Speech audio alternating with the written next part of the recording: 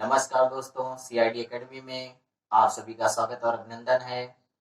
आज रीजनिंग का नया टॉपिक हम शुरू करते हैं, रैंकिंग टेस्ट यानी क्रम व्यवस्था परीक्षण, जिसके बारे में हम देखते हैं।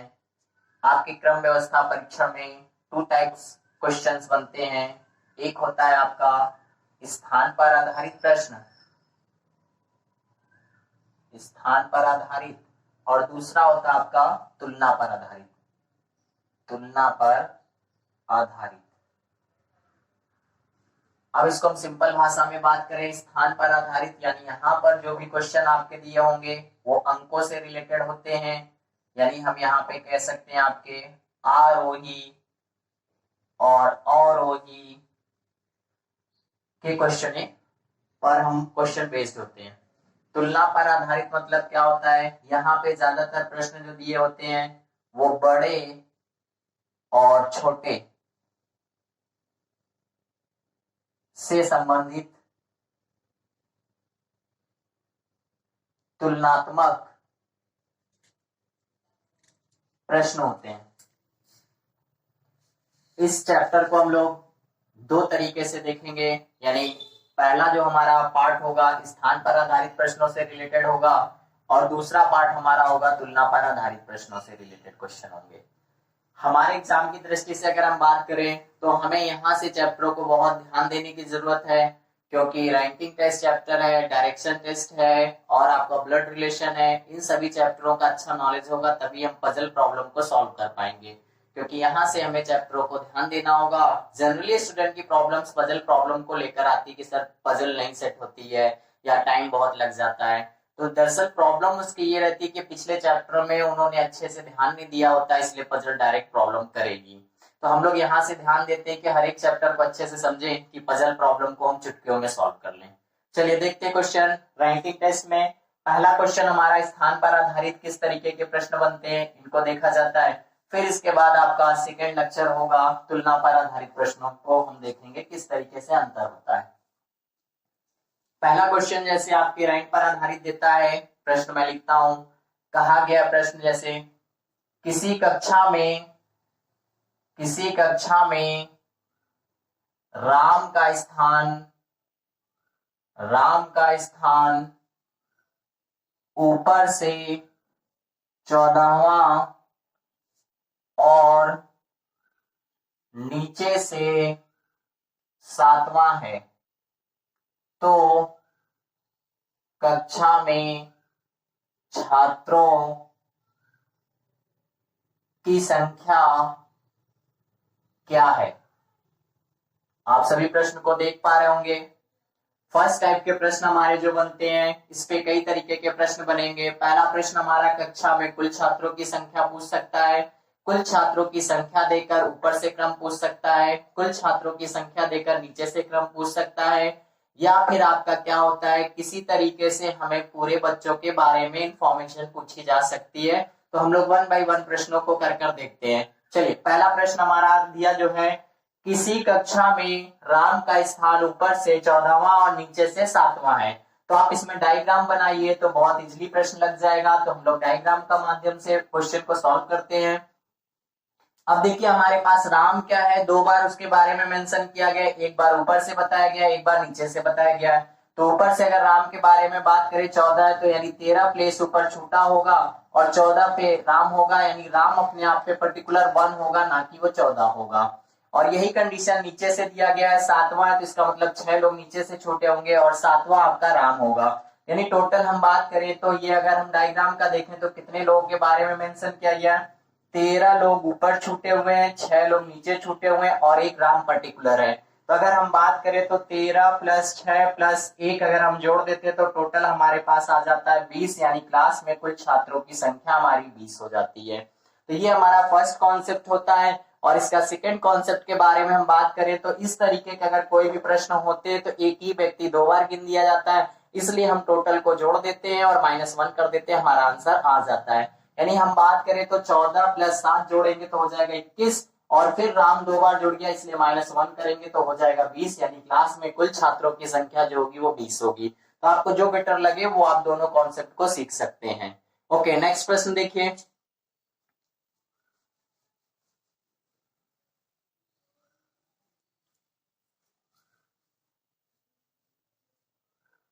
क्वेश्चन है 30 छात्रों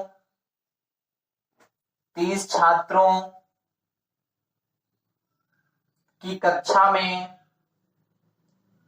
सीता का स्थान ऊपर से 13वां है, तो सीता का नीचे से कौन सा क्रम होगा। इस तरीके का प्रश्न हमारे पास दिया है, तो हम क्या करते हैं, डायग्राम का सहारा लेते हैं फिर से। और डायग्राम अगर हम देखें तो यहाँ पे हमारे पास टोटल छात्र दिए गए हैं, तो हम लोग क्या करेंगे, 30 छात्र यहाँ बना लेते हैं। अब इसके बाद क्या दिया गया है, सीता का ऊपर से रैंक बताया गया, इसका मतलब सीता यहाँ पे 13 यानी सीता 1 होगी पर्टिकुलर, ना कि 13। रैंक की बात अलग होती है और पर्टिकुलर पर्सन की बात अलग होती है। पर्सन केवल एक ही होता है, रैंक की अलग अलग हो सकती है उसकी। अब यहाँ पे अगर हम बात करें तो देखिए 13 लोग अगर 30 में से निकल गए तो हम 30 माइनस 13 करते हैं, तो यहाँ पे आ जाता है आपका 17।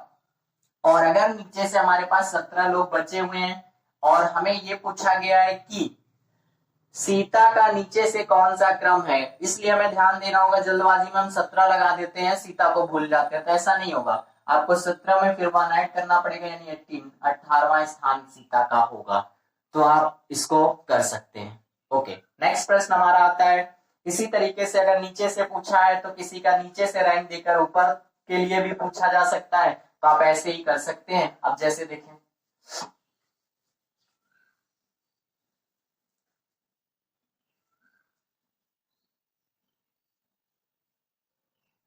उनचास व्यक्तियों की एक लाइन में घनश्याम का स्थान नीचे से 20वां है, तो ऊपर से क्रम बताएं। अब इस तरीके का हमारे पास अगर प्रश्न दिया होगा तो हम लोग क्या करेंगे, फिर से हमारे पास टोटल व्यक्ति पता है कितने हैं, 49 है। कोई लाइन है हमारे पास जिसमें कहा गया है नीचे से उनका स्थान कौन सा है, तो 20वां है, तो 20 थोड़ो नहीं, घनश्याम तो 1 होंगे।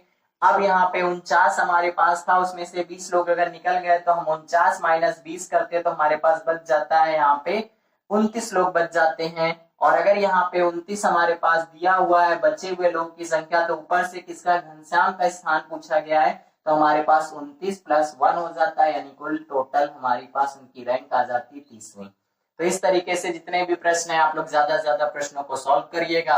अब हम इसी में टाइप को बदलते हैं, किस तरीके से कंडीशन बनती है। अब देखिए, जैसे मैंने ऊपर नीचे लिया, यहाँ पे अगर बाएं दाएं भी दे देता है तो कोई अंतर नहीं पड़ता है। हम पर्टिकुलर क्या करते हैं, केवल ये जो अरेंजमेंट हमने डायग्राम का ऊपर से नीचे बना रखा है, वो अरेंजमेंट आपका बाएं से दाएं हो जाएगा। एक बात समझ लीजिए, अगर पर्टिकुलर हम किसी लाइन के बारे में बात करते हैं तो ये वाले जो पोर्शन आपका किनारा होता है वो बायां होता है और ये किनारा आपका दायां होता है। तो जो भी हमारे पास अगर कहेगा इस तरीके से, एक पंक्ति में कुछ लड़कियों की संख्या बता देगा, उसमें से पर्टिकुलर किसी लड़की की रैंक बता देता है और कहता है बाएं से इस स्थान पर है, और ये दाएं से स्थान पूछ लेता है, या फिर टोटल बायां दायां देकर उसका टोटल निकाला जा सकता है। तो आप इसको कर सकते हैं, इसमें भी प्रॉब्लम नहीं आएगी, और मैं अभी 1-2 प्रश्न करा दूंगा। अब आगे देखिए, नेक्स्ट प्रश्न है हमारा, सभी लोग नोट करें हमारे साथ प्रश्नों को और सॉल्व करें। क्वेश्चन में कहा गया आपका, रमेश 33 विद्यार्थियों की कक्षा में, रमेश 33 विद्यार्थियों की कक्षा में 33 विद्यार्थियों की कक्षा में 13वें स्थान पर है, 13वें स्थान पर है। श्रेणी के अनुसार सुरेश से नीचे 5 विद्यार्थी हैं, श्रेणी के अनुसार सुरेश के नीचे 5 विद्यार्थी हैं, तो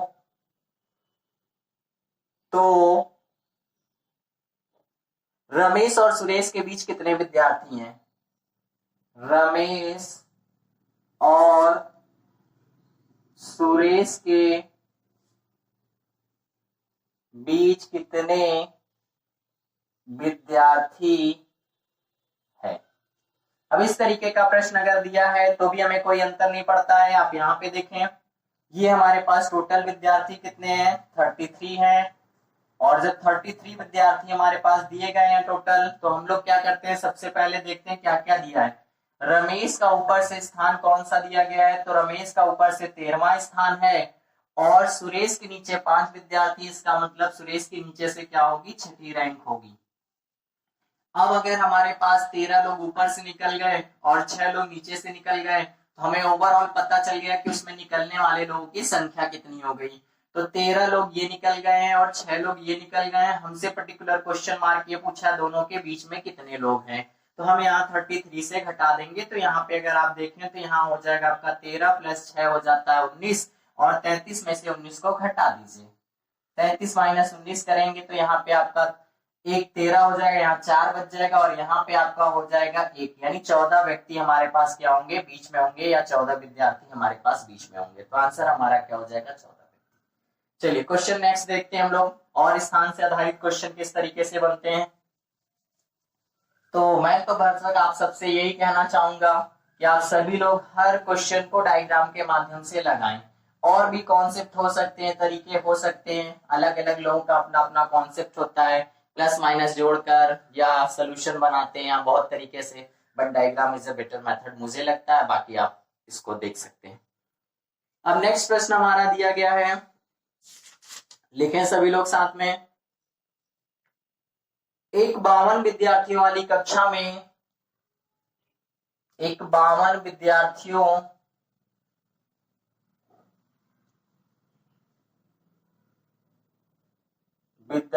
वाली कक्षा में अभय की रैंक नीचे के चतुर्थांश में आती है। अभय की रैंक नीचे के चतुर्थांश में आती है।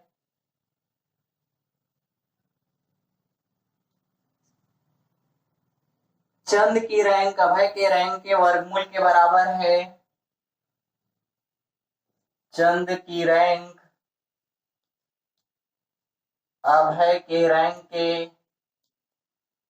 वर्गमूल के बराबर है। तो चंद की रैंक क्या है, चंद की रैंक क्या है। इस तरीके से प्रश्न दिया है तो हमें पता है कि हम डायग्राम का माध्यम लेंगे। तो यहाँ पे आप देखिए, अगर चतुर्थांश के बारे में बात कर रहा है तो आप यहाँ कोऑर्डिनेट का चतुर्थांश नहीं बनाने लगेंगे, यहाँ रीजनिंग है, इसलिए आप इसको इस तरीके से 4 पार्टों में डिवाइड कर देंगे। अगर हम बात करें 52 विद्यार्थी हैं हमारे पास, स्टूडेंट्स हैं, तो अगर हम इनको 4 भागों में बांटेंगे तो एक में पर्टिकुलर 13 विद्यार्थी आएंगे। अब हमारे पास फर्स्ट चतुर्थांश ये होगा, सेकंड ये होगा, थर्ड ये होगा। हमें सारा कार्यक्रम फोर्थ चतुर्थांश से शुरू करना है। अब हमसे क्या कहा गया है कि अभय की रैंक क्या है, फोर्थ चतुर्थांश में आती है। तो फोर्थ चतुर्थांश की अगर हम बात करेंगे तो पर्टिकुलर 13 या 39 यहाँ तक हो जाएंगे। यहाँ पे 40 से लेकर 52 विद्यार्थी होंगे। अब अगर देखें 40 से लेकर 52 विद्यार्थियों में तो मात्र एक नंबर है जिसका पर्टिकुलर स्क्वायर बनता है, वो 49 होगा। जिसका स्क्वायर के बारे में बात करें तो 7 का स्क्वायर होता है। और यही हमसे पूछा गया था कि अभय के रैंक के वर्गमूल के बराबर किसकी रैंक है, चंद की रैंक। तो चंद की रैंक ज्ञात करना था। तो यहाँ पे अभय जो है वो क्या होगा, 49 पर होगा, और चंद्र जो होगा हमारा 7 पे होगा। तो यानी अभय की रैंक जो होगी वो 49 और चंद की रैंक जो होगी 7 होगी, यानी वो फर्स्ट चतुर्थांश में कहीं होगा और उसकी रैंक 7 होगी। यही आपका सलूशन होगा। नेक्स्ट प्रश्न हमारा होगा, इस प्रश्नों को भी सॉल्व करने के साथ साथ हम लोग कुछ प्रश्न ऐसे देखते हैं जिसमें पर्टिकुलर रिप्लेस की जाती वैल्यू, यानी वो उसकी रैंक बदलता है और वो इधर से दाएं से इतना बाएं से इतना हो जाता है। इस तरीके के प्रश्न भी दिए जाते हैं तो हम लोग उसको भी इजीली सॉल्व कर सकते हैं। जैसे प्रश्न में देखें, पुरुषों की एक पंक्ति में लिखिए प्रश्न, पुरुषों की एक पंक्ति में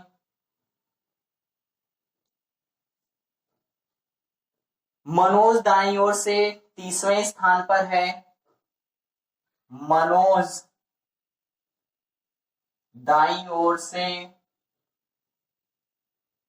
30वें स्थान पर है और किरण बाईं ओर से 20वें स्थान पर है। और किरण बाईं ओर से 20वें स्थान पर है। यदि वे अपना स्थान अदल बदल लेते हैं, यदि वे अपना स्थान अदल बदल लेते हैं तो अब यहां पे ध्यान दीजिएगा, इस तरीके का अगर कोई प्रश्न है, स्थान बदलता है तो किसी व्यक्ति की नई रैंक बताना जरूरी है, चाहे वो बाएं से बताया जाए चाहे दाएं से बताया जाए, तभी हम इसके पूरे लोगों को ज्ञात कर सकते हैं। अगर ऐसा नहीं दिया है तो कैन नॉट डिटरमाइन, यानी आंकड़े अपर्याप्त विकल्प ही हमारा आंसर होता है। अब इसमें देखिए दिया जा रहा है आगे प्रश्न में, तो मनोज दाईं ओर से 35वां हो जाता है। तो मनोज जी की रैंक क्या हो जाती है, दाएं से 35वां यानी 35 हो जाती है। तो पंक्ति में कितने लोग हैं। अब यहां पे ध्यान दीजिएगा, मैंने कहा बाएं दाएं के बारे में, तो हम इस तरीके से बनाएंगे, यहाँ पे आपका बायां है और ये आपका दायां है। अब यहाँ पे हमारे पास दाईं तरफ कौन दिया गया, मनोज जी दिए गए हैं। तो मनोज की जो हमारे पास रैंक दी गई है पहली वाली वो 30वीं थी, और अगर ये 30वें नंबर पे तो इसका मतलब 29 लोग इधर छूट जाएंगे। और इसके बाद यहाँ पे दिया गया किरण बाईं ओर से 20वें नंबर पे, तो ये 20वें नंबर पे आपके जो है किरण जी हैं, तो यहाँ पे 19 लोग छूट चुके होंगे।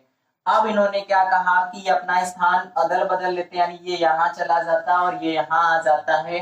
तो इस कंडीशन में क्या हो जाता है कि आपका दाएं से मनोज जी की देखिए रैंक बता दी गई, वो कितनी हो जाती, 35, यानी मनोज की नई रैंक जो हो जाएगी वो कितनी हो जाएगी, 35 हो जाएगी। तो आप सभी को पता है कि यहाँ से यहाँ तक 35 लोग हैं, तो यहाँ बचे हुए 19 हैं, यानी हम क्या करते हैं 35 में 19 को जोड़ देते हैं, तो हमारा आंसर मिल जाता है पंक्ति में लोगों की संख्या। ऐड करते हैं यहाँ पे दिया गया है 9 और यहाँ पे 5 दिया गया, तो आपका 4 हो जाएगा। और यहाँ पे क्या हो जाएगा, 3 + 1 और 1 कैरी आपका 54 हो जाएगा। यानी इसमें कुल लोगों की संख्या जो पुरुषों की होगी कितनी होगी, वो आपकी हो जाएगी 54, यानी 54 हो जाएगी। तो इस तरीके से आप प्रश्नों को ध्यान दें, एग्जाम में आपके ऐसे प्रश्न आते हैं। तो पर्टिकुलर मुझे लगता है स्थान से बेस सारे प्रश्न हो गए हैं, और मैं आपका ये वीडियो यहीं पर समाप्त करता हूं। इसके बाद नेक्स्ट हमारा वीडियो होगा तुलनात्मक, जिसको हम नेक्स्ट लेक्चर में देखते हैं। और आज आप सभी को हमारी तरफ से 22 अप्रैल है, पृथ्वी विश्व दिवस की शुभकामनाएं। थैंक्स।